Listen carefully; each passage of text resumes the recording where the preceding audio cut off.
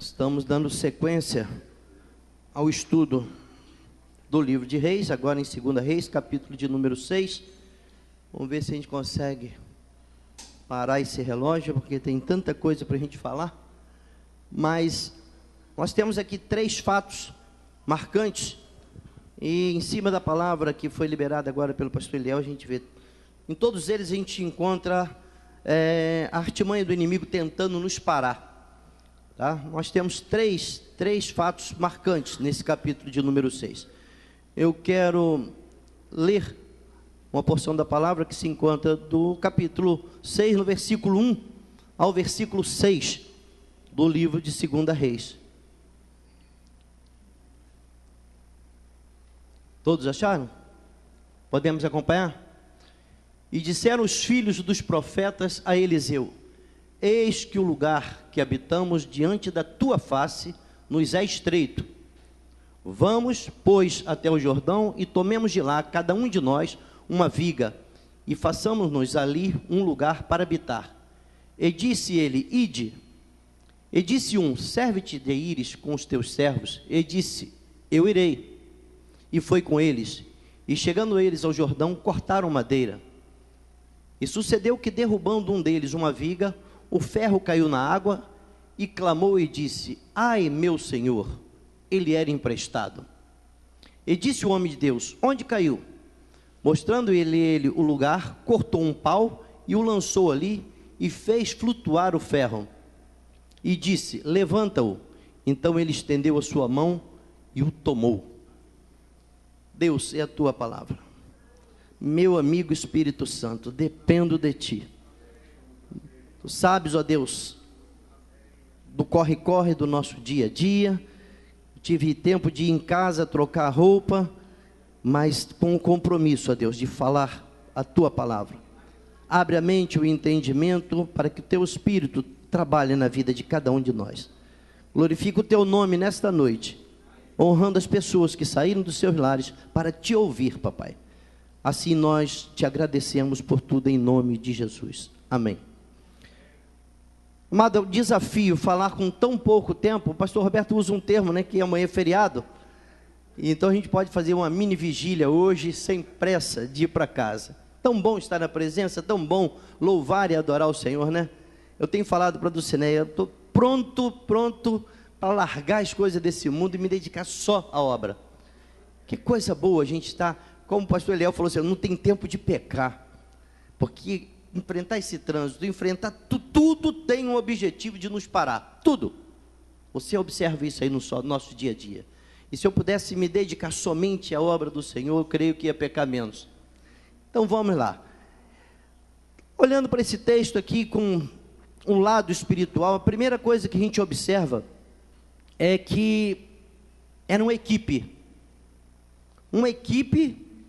que teve uma visão diferenciada das demais. A Bíblia não diz aqui se outras turmas tiveram essa visão, mas eles tiveram uma visão diferenciada. O lugar que eles estavam era pequeno, e um lugar pequeno, apertado, tira a nossa mobilidade, tira às vezes o nosso prazer.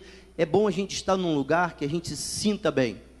E aqui não mas uma equipe tomou uma decisão, e uma decisão acertada, porque a primeira coisa que eles fizeram, eles procuraram o líder deles. Trabalhar em equipe exige um líder de confiança. Nós, como corpo de Cristo, temos a liderança da igreja na mão do anjo da igreja, que é o pastor. Mas a igreja, o corpo de Cristo, tem a sua liderança em Cristo. E nós devemos nos submeter a Ele em todas as decisões, em todos os dias, todas as horas da nossa vida.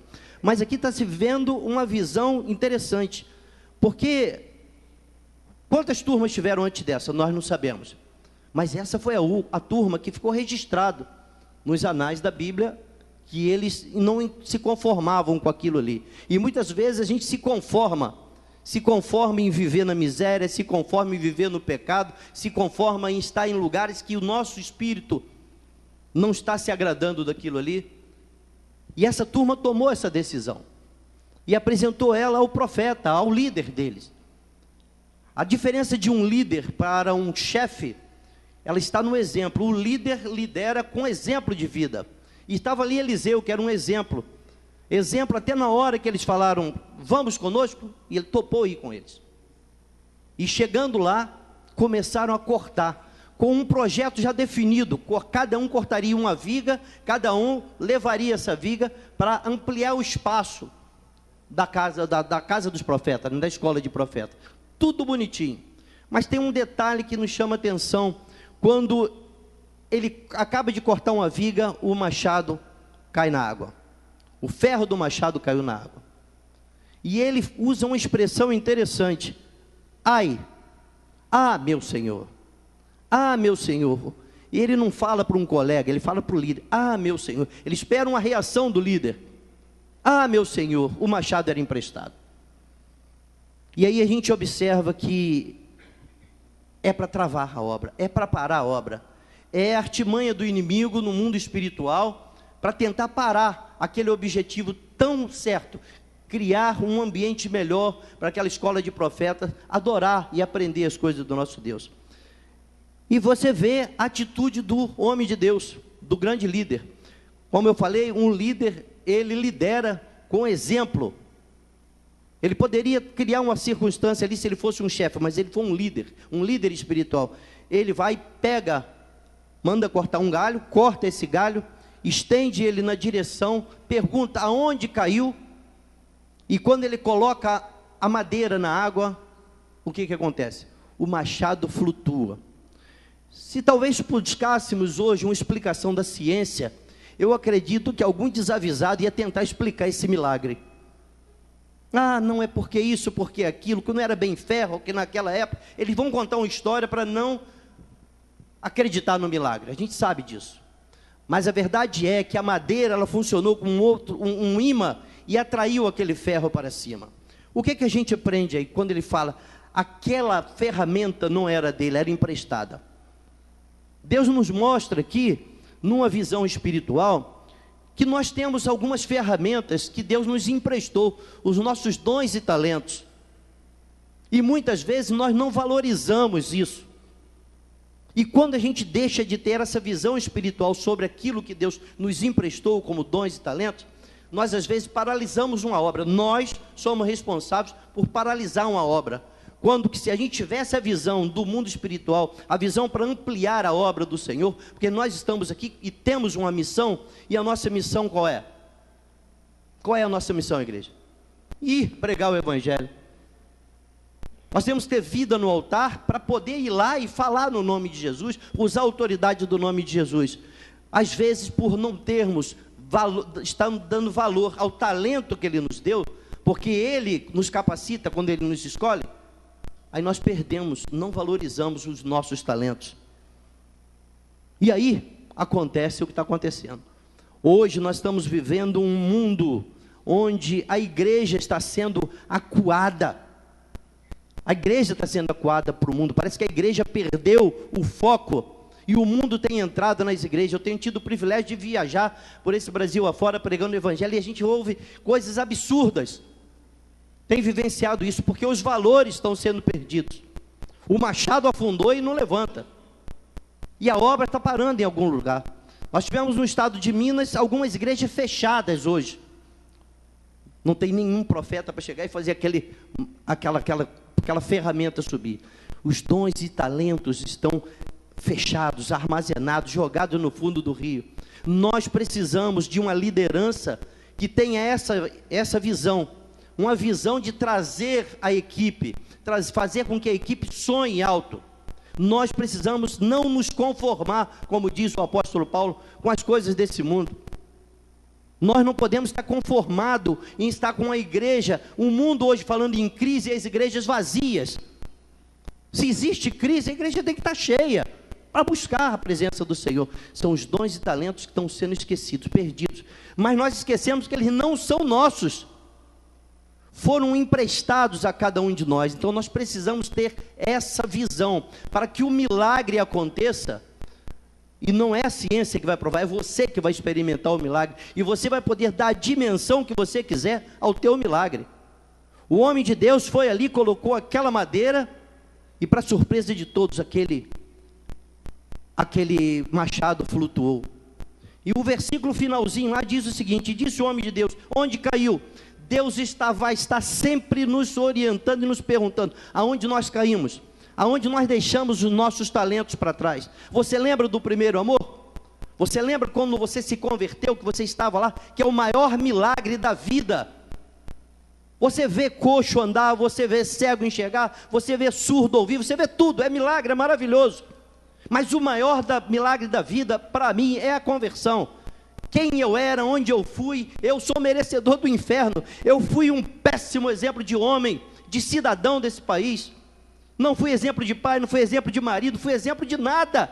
E hoje eu estou num púlpito falando em nome dele. Não tem milagre maior do que esse. Então eu não posso descuidar com os meus talentos. Eu tenho que estar atento aos meus talentos. Foi ele que me capacitou, é ele que tem me capacitado. Eu dependo dele. Então nós precisamos ter essa visão. O machado não pode ficar, lugar de machado é no pau, não é no fundo do rio. E aí o homem de Deus lança a madeira e traz à tona. Há um momento na nossa vida, aqui nessa igreja, que a irmã Beth falava para mim, o homem do milagre chegou. Irmão, todo dia eu tenho um milagre para contar. Todo dia eu tenho um milagre para me contar. Acho que Deus me escolheu para contar milagre. Porque todo dia. Mas se eu não posso, o que o pastor Roberto falou, tem coisa que a gente não pode falar para qualquer um. Então eu e Deus, eu glorifico ao Senhor. Eu, certa ocasião, lá na Taquara, eu fui escolhido lá para fazer uma carne. Deus me deu um talento de cozinhar, e eu fui escolhido para fazer uma carne assada. Porque acho que primeiro domingo era Santa Ceia pela manhã. Então a gente ia para lá, eu e o irmão do Ciné, na sexta-feira, começar a preparar a carne. Colocar amor, o tempero maior dessa carne é o amor. E colocamos amor na sexta-feira, sábado fomos para lá para preparar, para o domingo ela está pronta para a Santa Ceia. E no sábado lá eu, talvez, me descuidei com o talento, e peguei 2 facões e comecei a molar um no outro. Eu e ela sozinho, na igreja inteira, tudo fechado, só eu e ela.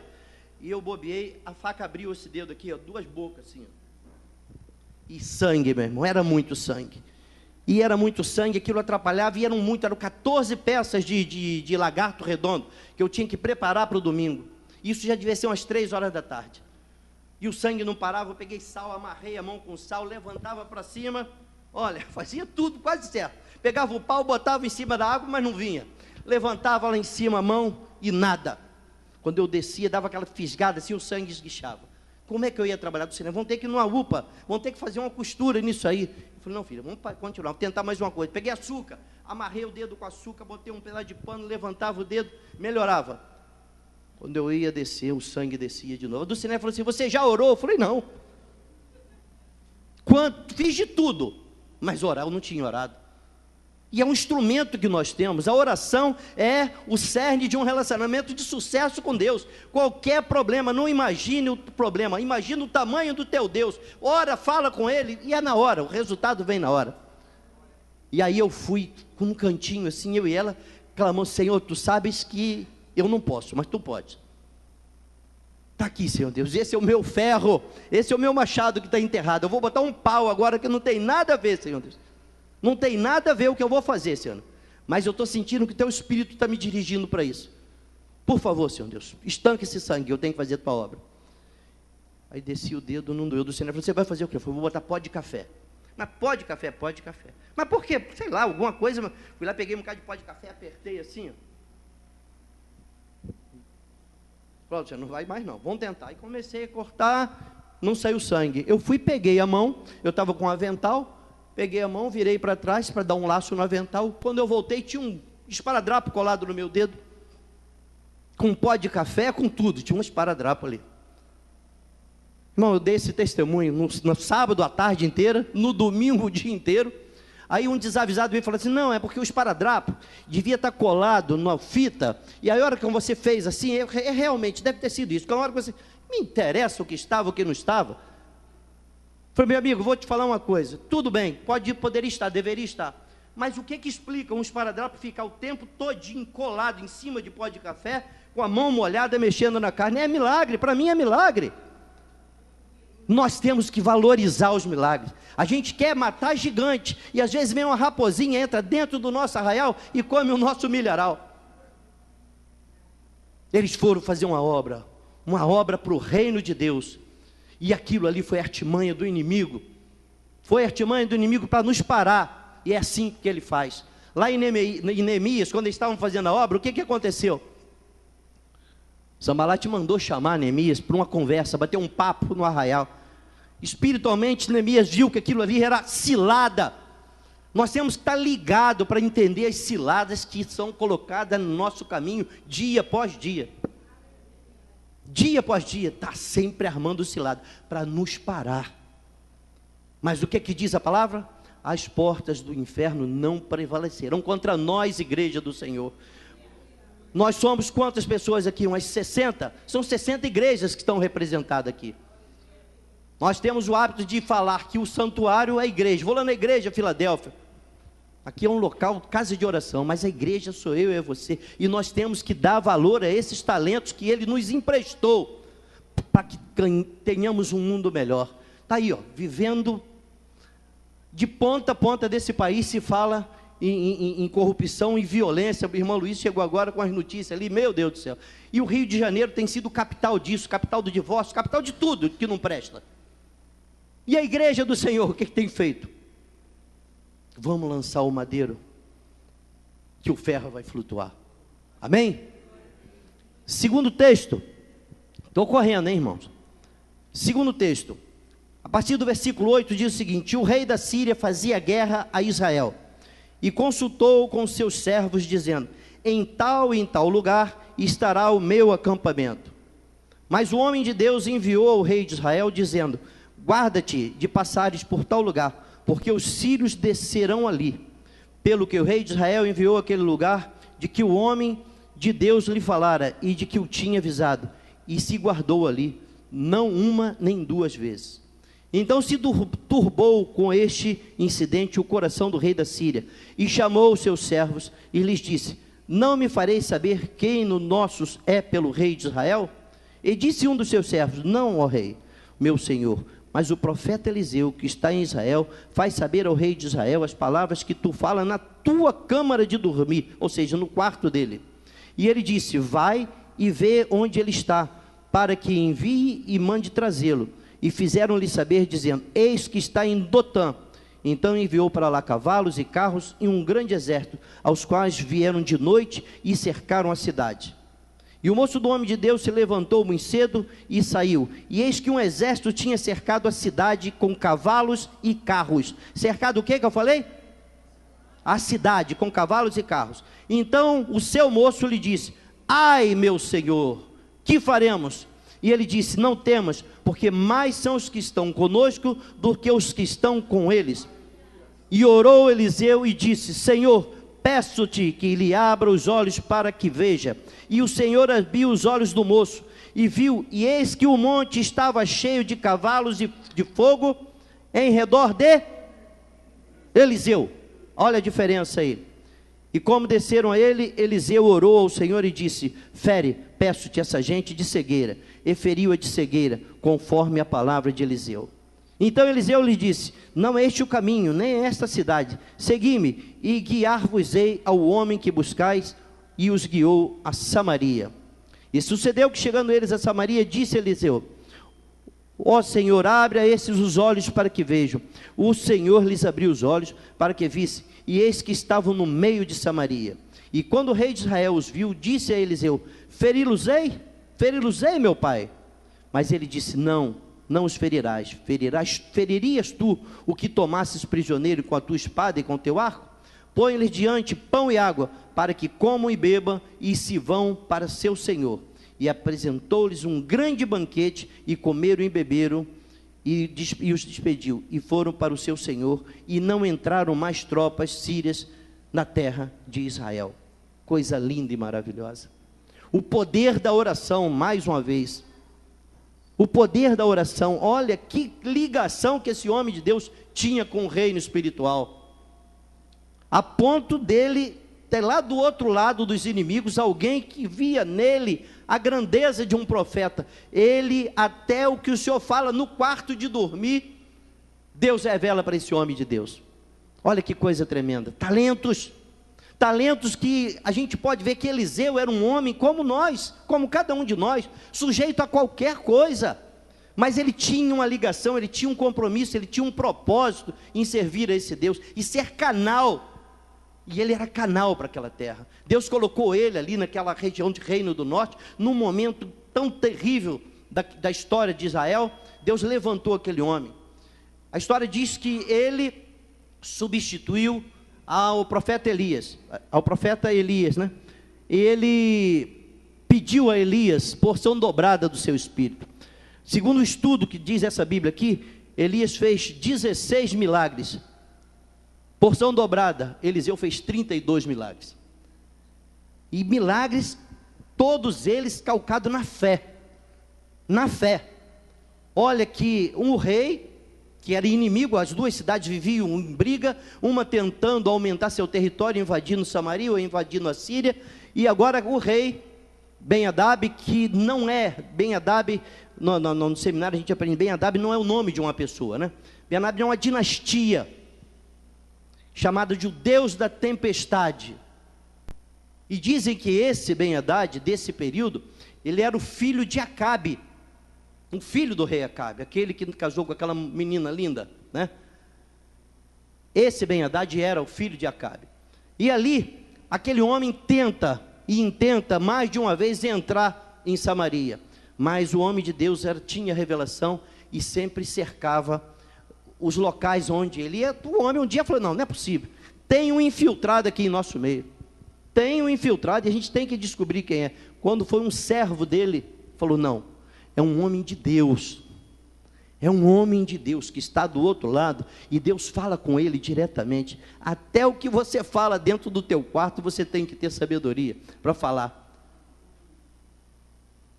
Quem é o Eliseu de hoje?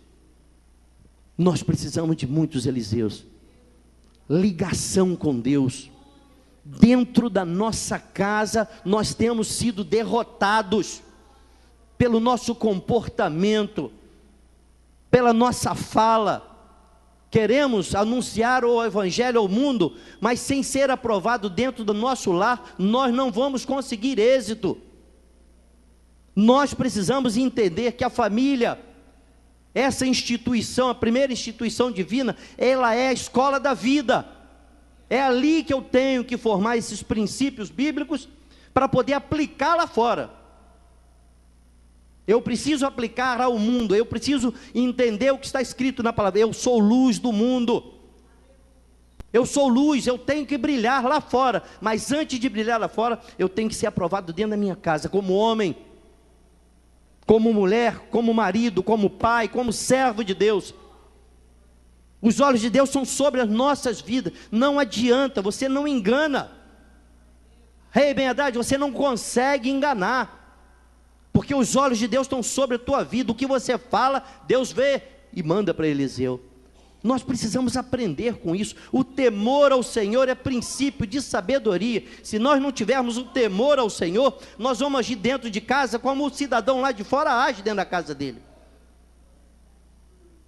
Eu preciso ser exemplo para os meus filhos, eu preciso ser exemplo para os meus netos, eu preciso ser exemplo para minha esposa, eu preciso ser exemplo para essa sociedade. Estamos sendo massacrados, estamos sendo acuados, porque não temos ousadia, não somos radicais naquilo que nós cremos. O problema vem, você olha para ele, ele começa a crescer na tua frente, e você vai ficando pequenininho, e você esquece o tamanho do teu Deus. O pastor Eliel falou aqui, precisamos ter essa visão do tamanho do nosso Deus. Você cantou isso, Júnior? O nosso Deus é grande, onisciente, onipresente, onipotente, não tem para onde você correr. Precisamos entender isso e não abaixar a cabeça para os problemas que só vêm para nos paralisar. Todos os problemas vêm para nos paralisar. Não é enfermidade, não é desemprego, não é crise, não existe crise na palavra de Deus. Não existe, ela é viva e eficaz. e capaz de penetrar como uma espada de dois gumes, até a divisão da alma e do espírito. Eu preciso crer que isso aqui é o meu manual de fé e conduta, eu preciso estar com ela debaixo do braço, mas estampada no meu coração, porque toda cilada que Ele mandar, eu tenho uma resposta aqui dentro.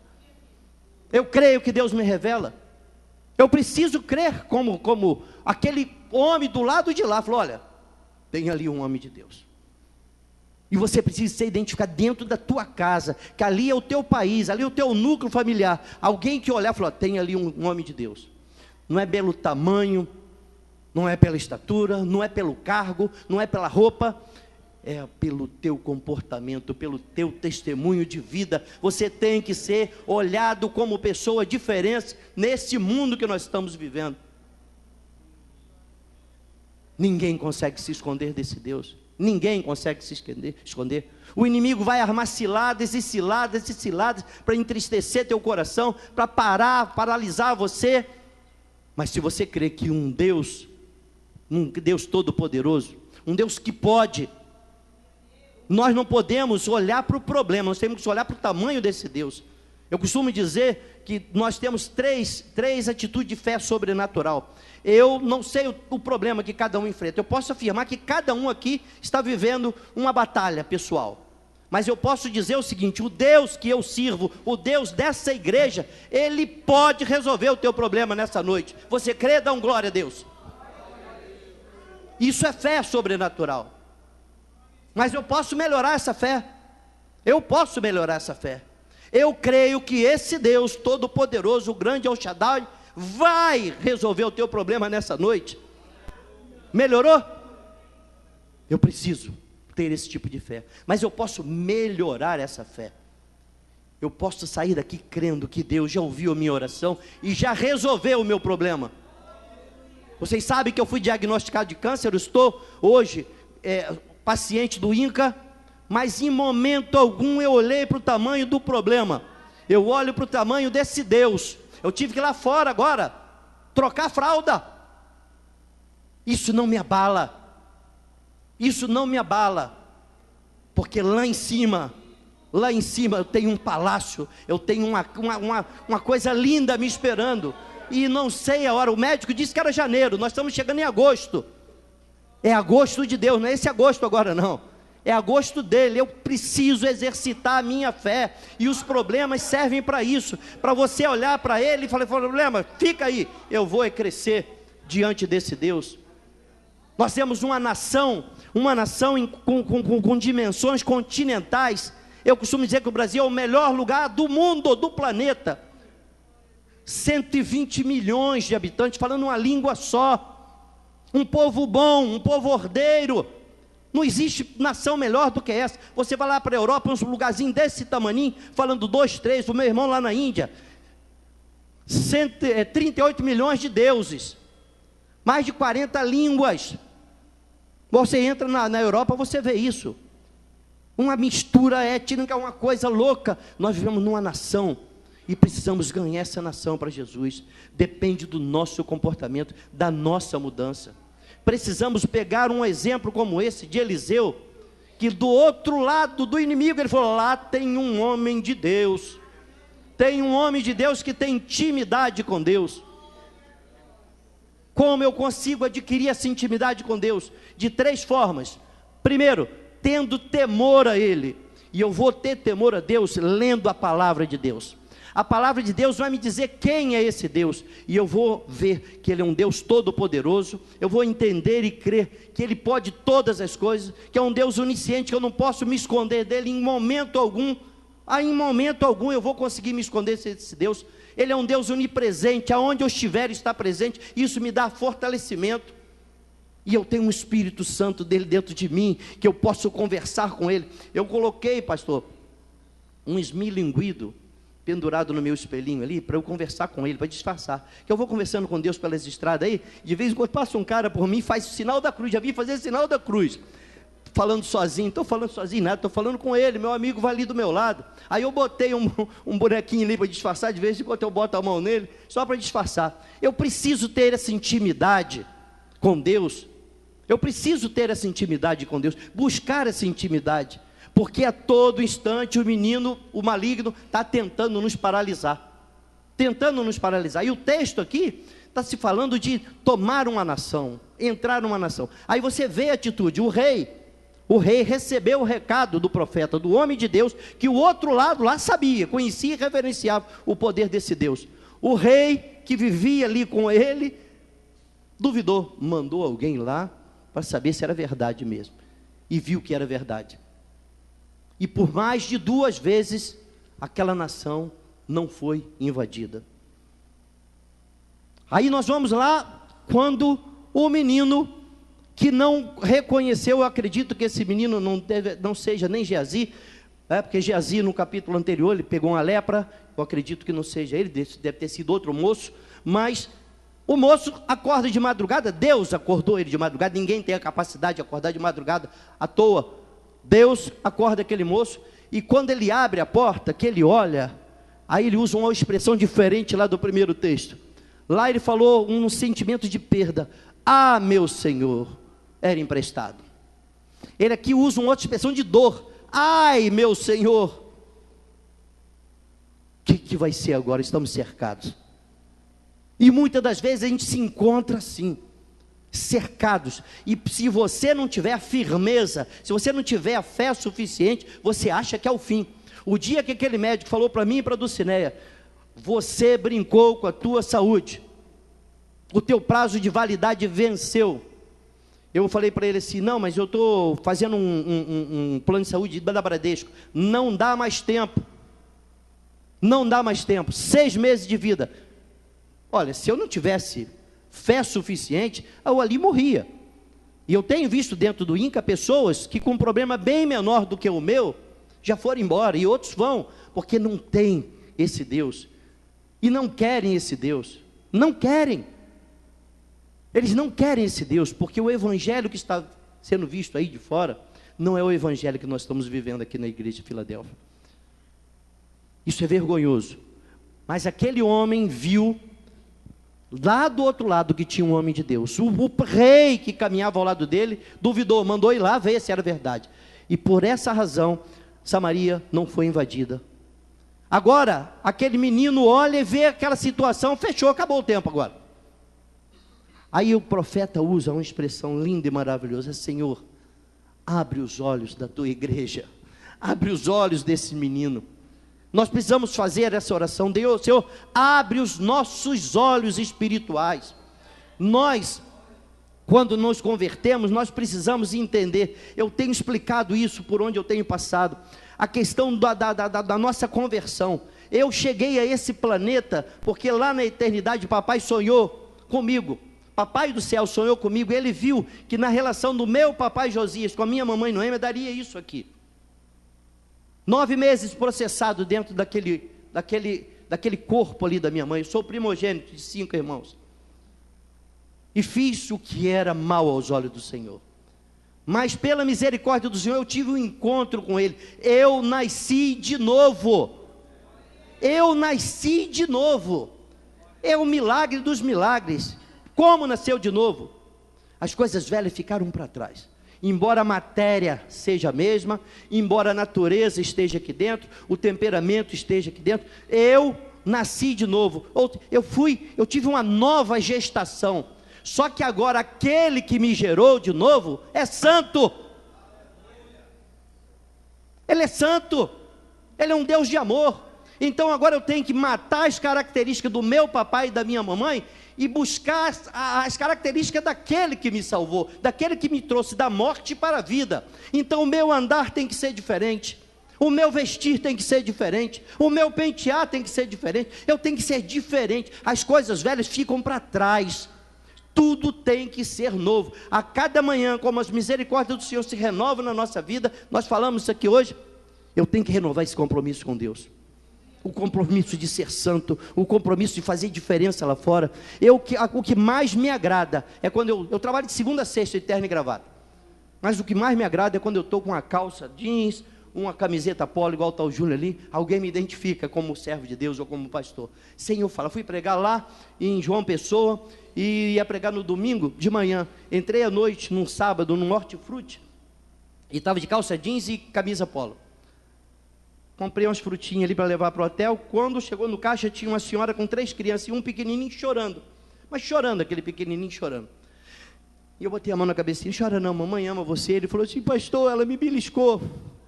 A mulher falou assim: ela sabe que o senhor é pastor? Ele sabe que o senhor é pastor? Os olhos de Deus, o teu andar tem que refletir a glória de Deus. Como você tem andado? O inimigo tem visto você como um homem de Deus, como uma mulher de Deus? Precisamos entender isso. Essa é a mensagem do texto. Do outro lado alguém viu. Agora Geazi, que estava ali do lado do moço, andando para cima e para baixo, não tinha visão espiritual, tinha visão do mundo, a visão do problema, o tamanho do problema. Mas é tão maravilhoso que quando Deus abre a visão dele, e que ele olha, ele não viu um exército cercando a cidade, não. O exército estava cercando eles. O exército estava cercando eles. No primeiro texto você diz que ele abre a porta e ele diz: Senhor, o que vai ser de nós? Acabou, vão nos prender e vão nos matar, porque existia um exército cercando a cidade. Está escrito no texto aqui, vamos ver?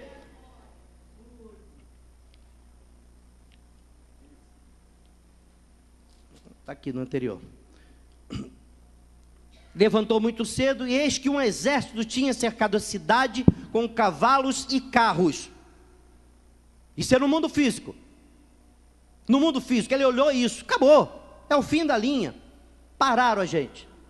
Mas quando Deus abre os olhos espirituais dele, olha o que ele vê: abriu os olhos do moço para que veja. E o Senhor abriu os olhos do moço, e eis que ele viu que o monte estava cheio de cavalos e carros de fogo em redor de Eliseu.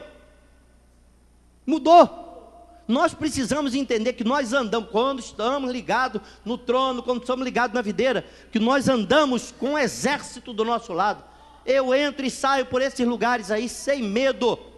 Domingo eu preguei à noite em São Gonçalo. O cara falou: liga o alerta. Eu falei: que liga o alerta? Falou, o cara dava na boca assim: liga o alerta. E eu tive que ligar o alerta. E cheguei lá e falei: pastor, o que é isso? Ele falou: não, é porque um código aqui, o alerta ligado significa que você é do bem, você não é da polícia. Então eu liguei o alerta. Eu ando por aí do Sinédrio, não tem nem me acompanhado por medo. Não tenho medo nenhum.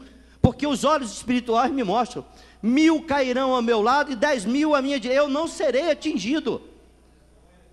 Eu estou falando aqui, o mundo espiritual está ouvindo, nós estamos uma batalha aqui em cima, mas vocês nunca vão ver, falar: o pastor Joaquim morreu porque ele entrou de tal lugar. Não, tem uma equipe de anjo à nossa disposição para nos guardar, a nossa entrada e a nossa saída.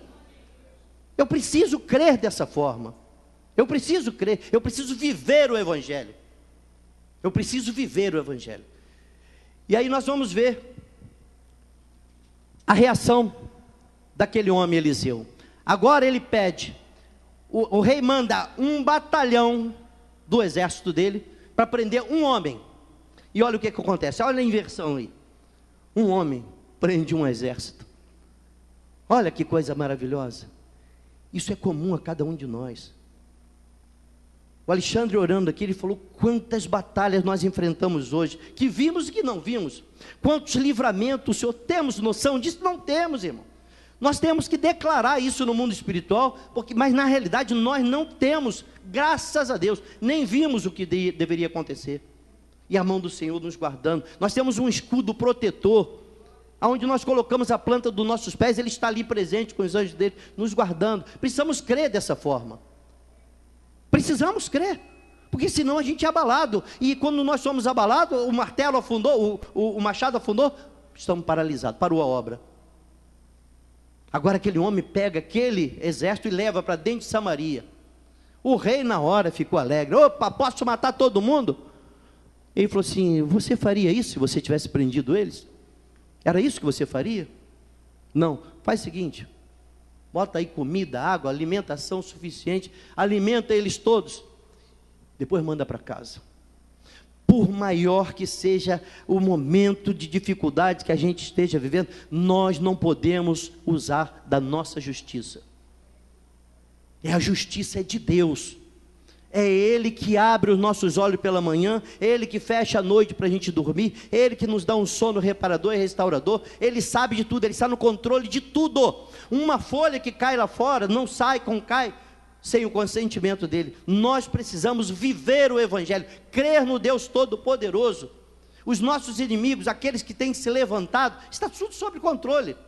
Aí quando você tem um inimigo na tua mão, o que você tem que fazer? Amá-los. Nós não temos direito de descumprir o primeiro mandamento, amar a Deus acima de todas as coisas e ao próximo. Quem é esse próximo?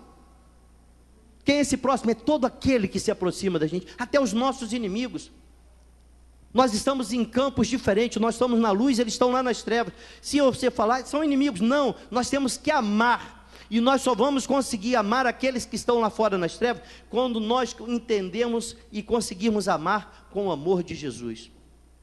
Amar com o amor de Jesus é um transbordar no nosso ser, que desse amor passa a ter compaixão.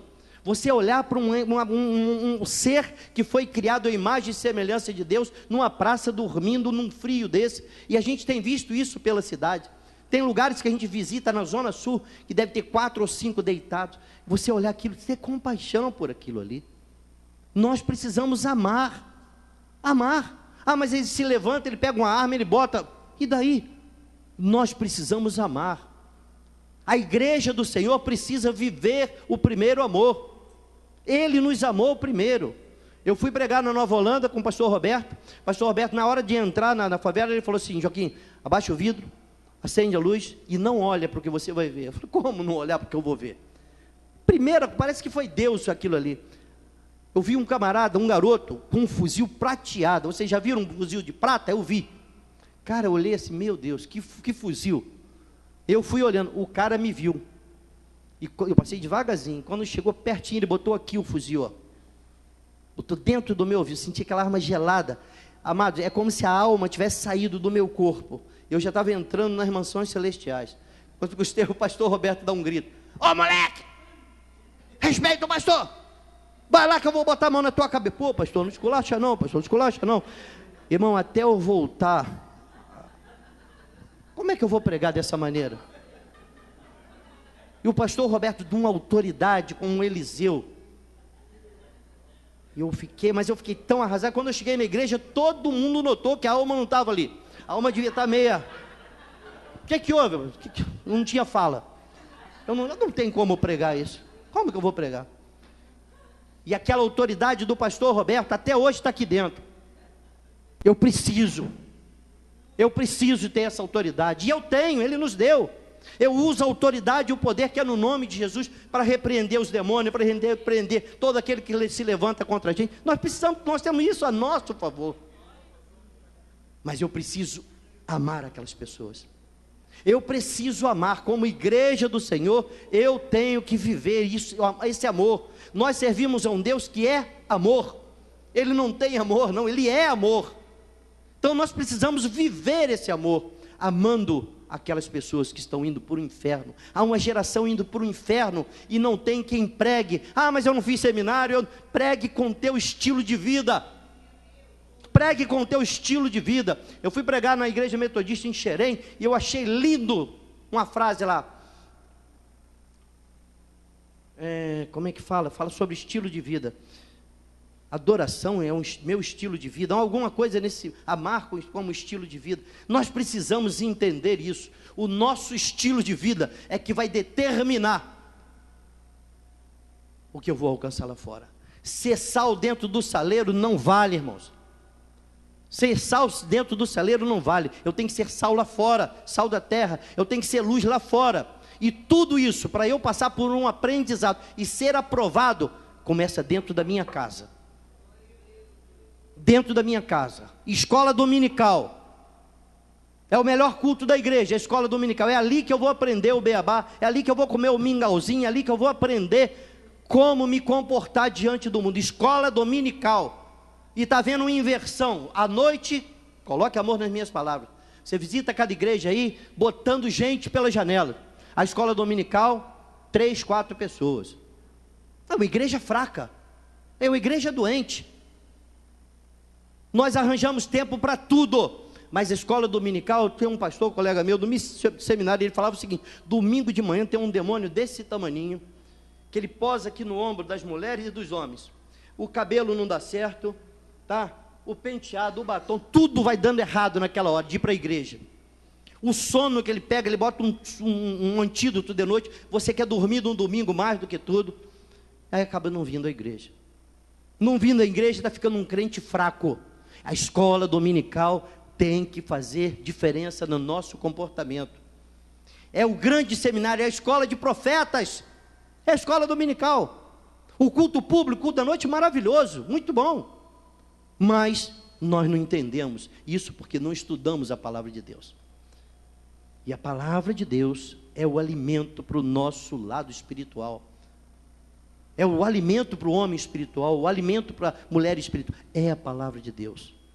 Lendo a palavra, criando o temor do Senhor. Então agora eu vou partir para outra oração.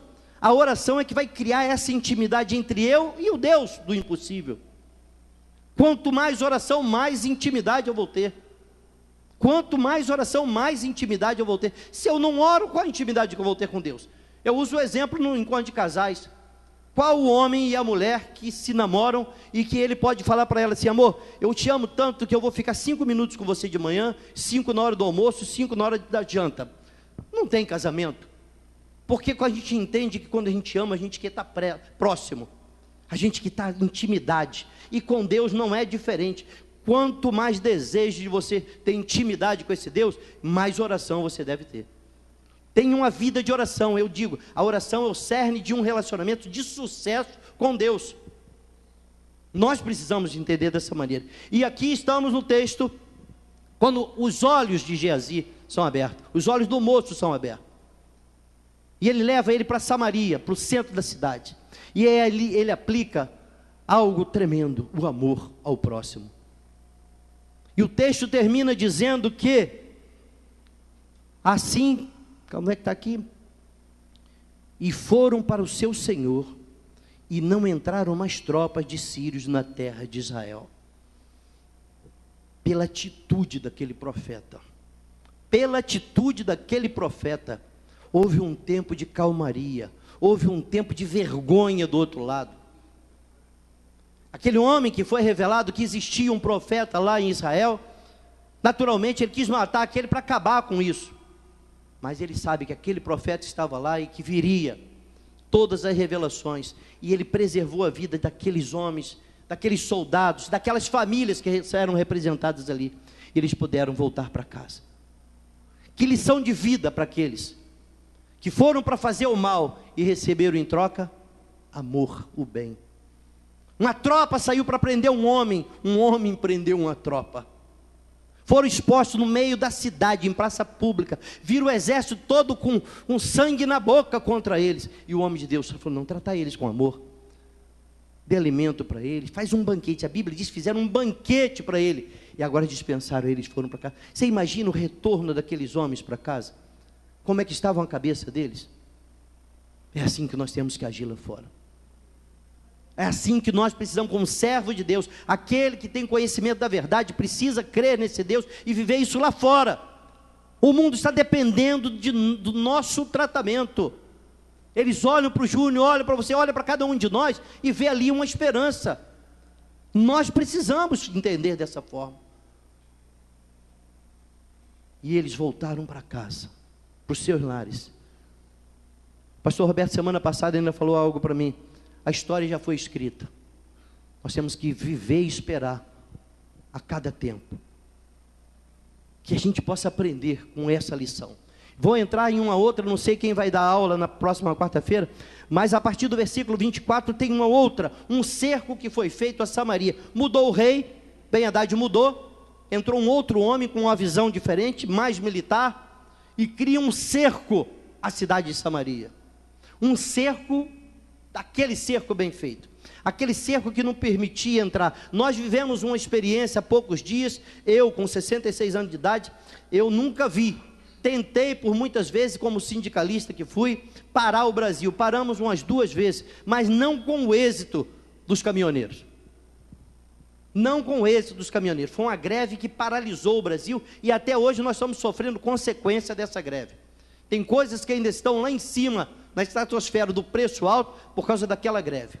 Samaria foi cercada pelo exército da Síria, mas foi um cerco tão bem feito, que a fome chegou, mas chegou com força. Chegou com força. Eles começaram a profanar. O texto diz que eles comiam cabeça de burro, e burro não era uma comida autorizada na lei levítica, não poderia. Eles estavam comendo a cabeça do burro, não era carne, a cabeça do burro era disputada. O esterco dos pombos eram disputados, tinha preço, está aqui o texto, não vai me permitir continuar. Você imagina o tamanho desse problema, imagina o tamanho desta fome. Mas tinha um homem de Deus dentro da cidade, tinha um homem de Deus dentro dessa cidade, e aí, todo um povo que conhecia falar do Deus de Israel, os pais dos pais viveram a presença desse Deus de Israel, eles sabiam da história, que Deus havia tirado cada um daqueles remanescentes ali, de um Egito, de uma escravidão de 400 anos, e agora eles se desviaram do caminho do Senhor, e estavam vivendo, eu acho que naquele momento de luta ali, de fome, eu acho que tudo isso passou pela mente de cada um deles, porque a história diz, vamos aqui, ó, Levítico 26, 29, vê se você consegue botar para mim, olha a lei, olha lá em Levítico, o que falava, vê se eles não lembrariam disso nesse momento de dor. Chegou o ponto do rei estar passando pelo paredão lá, e observa duas mulheres lutando entre si, e pediram socorro ao rei, e elas contaram uma história triste. Elas tinham feito um trato, hoje nós vamos comer o meu filho, amanhã a gente come o teu, porque a fome era tanta que houve canibalismo na cidade, e o rei presenciou essa luta, e ficou louco, e botou a culpa em cima de quem? Do cristão, do filho de Deus lá. Poxa, você deve ser o culpado disso, alguma coisa está errada. Nós vamos ser acusados de muitas coisas, está aí o prefeito do Rio sendo acusado, a mídia, a opinião pública toda jogando pedra em cima dele, e não sabe o que está por trás disso. Nós às vezes estamos fazendo eco ao que a mídia está falando, nós fazemos eco, que fracasso, para que assumiu, para que... Eu tenho o privilégio, falei para o pastor Leão, de conhecer pessoalmente aquele homem, é um homem de Deus. Não se iludam, porque isso aí, tem por trás disso aí, tem uma mídia nojenta, trabalhando para destruir um homem de Deus, até porque existe a Record, que está fazendo pressão contra a Globo, tudo isso é uma batalha, para travar, para parar o Evangelho. Mas olha, vamos para o texto aqui, olha o que dizia lá, porque comereis a carne de vossos filhos e a carne de vossas filhas, vai, e destruirei os vossos altos, e desfarei as vossas imagens, e lançarei os vossos cadáveres sobre os cadáveres dos vossos deuses, a minha alma se enfadará de vós. Eles conheciam essa palavra, estavam vivendo ali a realidade, a profecia dessa palavra. Mãe comendo filho, esse texto está aqui, porque o rei viu,